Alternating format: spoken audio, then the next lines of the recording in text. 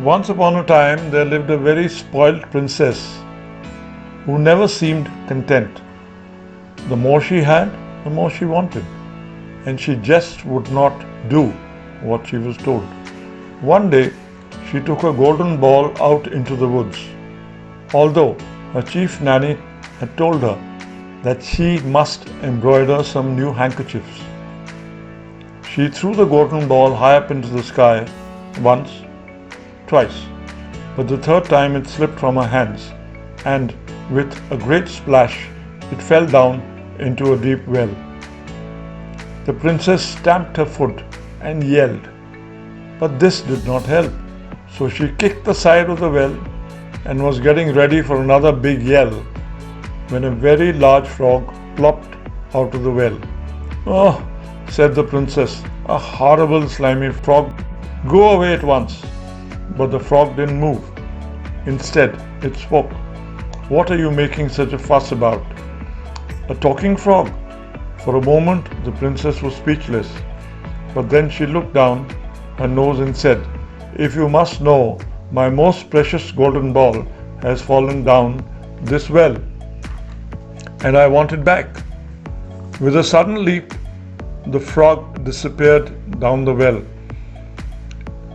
In the wink of an eye, it was back with the golden ball.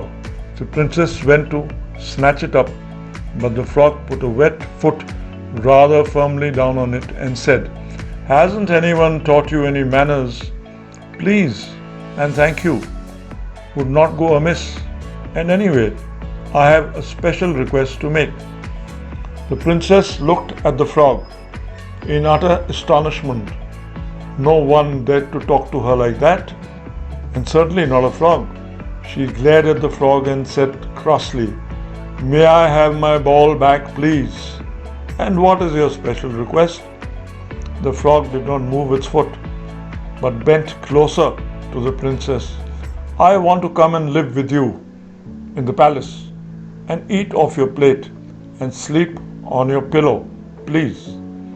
The princess looked horrified, but she was sure her promise to a frog wouldn't count, so she shrugged her shoulders and said, "Of course you can," and grabbed a golden ball from under the frog's foot and ran back to the palace very quickly. That night at supper, the royal family heard a strange voice calling, "Princess, where are you?" And in hopped the frog. "Oh bother," said the princess. The queen fainted, the king frowned. "Do you know this frog, princess?" he asked. "Oh bother," said the princess again, but she had heard the story. He insisted that the princess keep her promise. The frog ate from the plate. He ate very little, the princess even less, and when it was time to go to the bed, the king just looked very sternly at the princess, who was trying to sneak off on her own.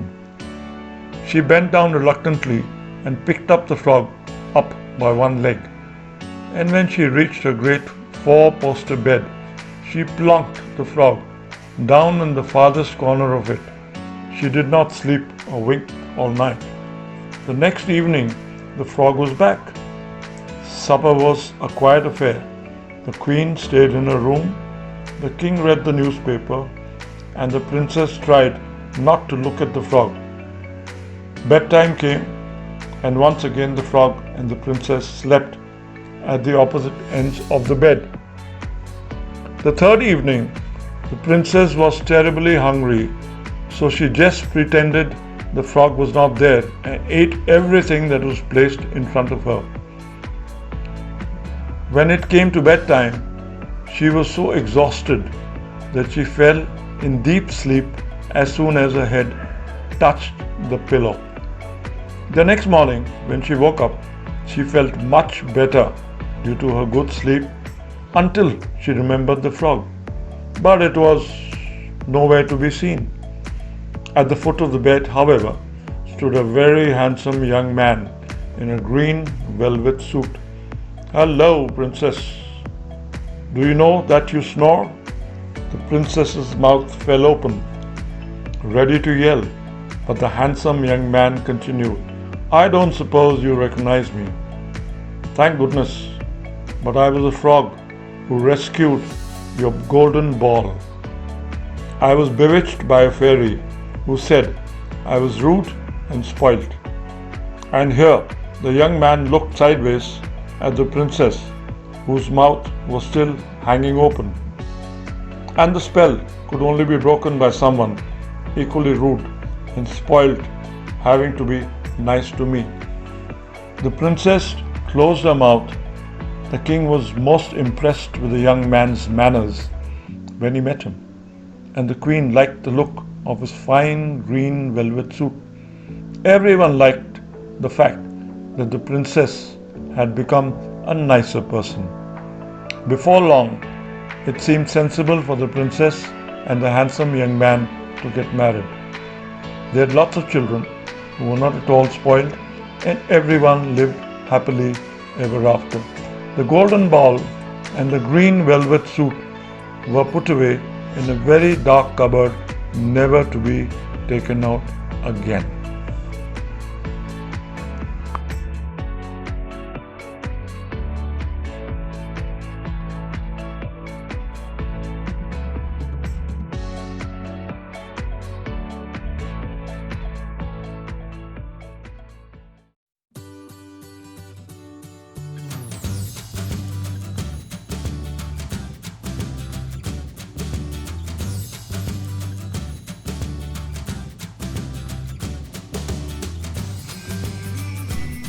Spoiled. Badly behaved because you are always given what you want or allowed to do what you want. The princess was very spoiled. Content. Happy or satisfied. I was content to stay at home and read. Plucked. Sit or lie down gently but clumsily. He plucked himself down on the nearest chair. Slimy. Covered in a sticky liquid substance that is unpleasant to touch.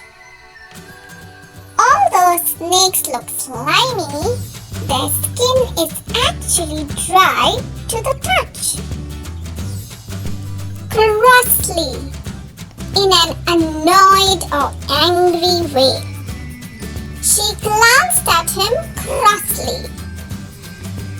Shrugged.